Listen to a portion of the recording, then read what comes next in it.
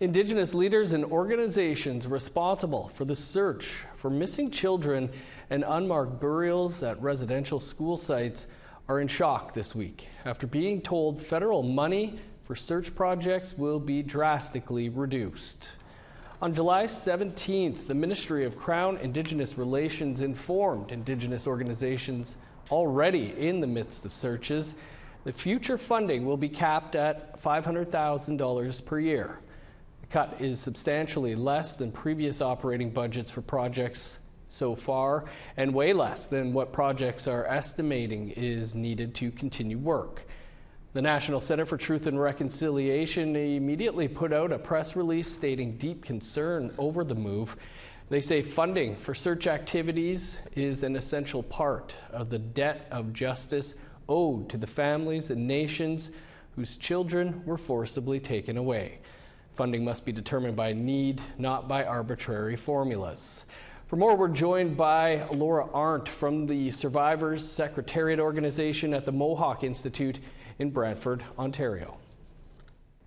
Laura, thanks so much for taking some time for us here today. What was the Survivor Secretariat's reaction to the news? It's been devastating for us. It's an immediate 86% cut in funding for the work we're doing to try and bring the children home through our unmarked burial project. What do you think the impact will be for survivors and intergenerational survivors and families, not only with the Mohawk Institute, but across Turtle Island? I think the most devastating element of this decision is the immediate cut of funding associated with commemoration and memorialization and mental health supports. I think because we're still reeling from the announcement, I'm not sure we've fully recognized the fact that the cut of those fundings means the voices of survivors have now been cut from a national dialogue around bringing the children home. Without that funding, survivors will not be able to come together and have the many conversations that have been happening over the last 2.5 years. Much like a conversation I was part of yesterday where the 400 plus people who attended a meeting with Canada had their mics muted. They've effectively muted the voices of Indigenous survivors across the country. Without the ability for them to come together and do truth-telling, what healing happens? Sorry about that. Laura, can you kind of tell us a bit about this call? We're hearing, that people didn't have their mics on. Did you know when this meeting was happening, what was going to be taking place? Well, the truth of it is I did not know the meeting was happening. I met with Canada Wednesday afternoon for a 30-minute conversation. I was informed that this decision was coming down.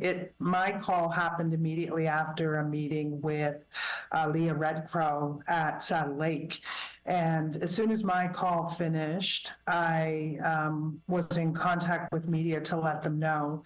And I can't help but wonder if this call that happened yesterday was as a result of that media release that CBC did. And then yesterday at 11 o'clock, the invitation came through. The meeting was at 2 o'clock. And as soon as we logged in, all of our microphones were cut. And if we had questions, we had to post them in a chat. So we sat in a 30-minute conversation, which I think was really about 15 minutes because the translation of English into French ate up some of the time. So we had a 15-minute one-way dialogue where Canada told us what was going to happen, and then they looked at questions posed in the chat and concluded the meeting by saying they would be meeting with each individual organization individually over the upcoming weeks.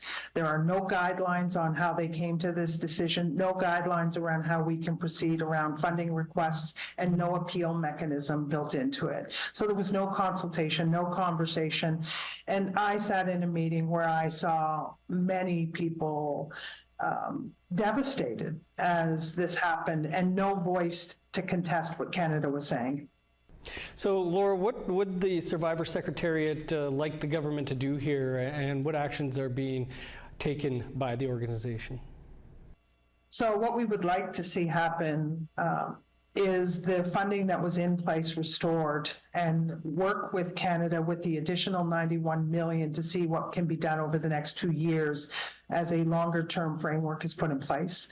I think what the Survivor Secretariat has been doing is we've been in contact with many of the organizations that were in that call yesterday. We are meeting with the Deputy Minister in Ottawa on Monday at 12:30. We will just be meeting with our board members, but we're asking survivors, community members, young people and families from the communities to join us in Ottawa on a Monday between 1 and 3 so that we can speak truth to power, as they say, to get this decision revisited and hopefully overturned as logic and compassion from Canadians demonstrates that we cannot hide this history of a genocide. We cannot hide what is an ongoing framework that really perpetuates an ethnic genocide that's happening here, an ethnic cleansing.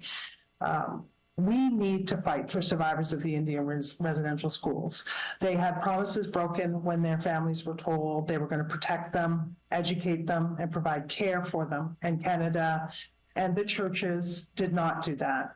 And now these folks are in their 70s, 80s, and 90s, and Canada's once again breaking promises around bringing the children home and cutting the very funding that allows them to speak the truth about what happened in this long history Canada has around the operation of the Indian residential schools.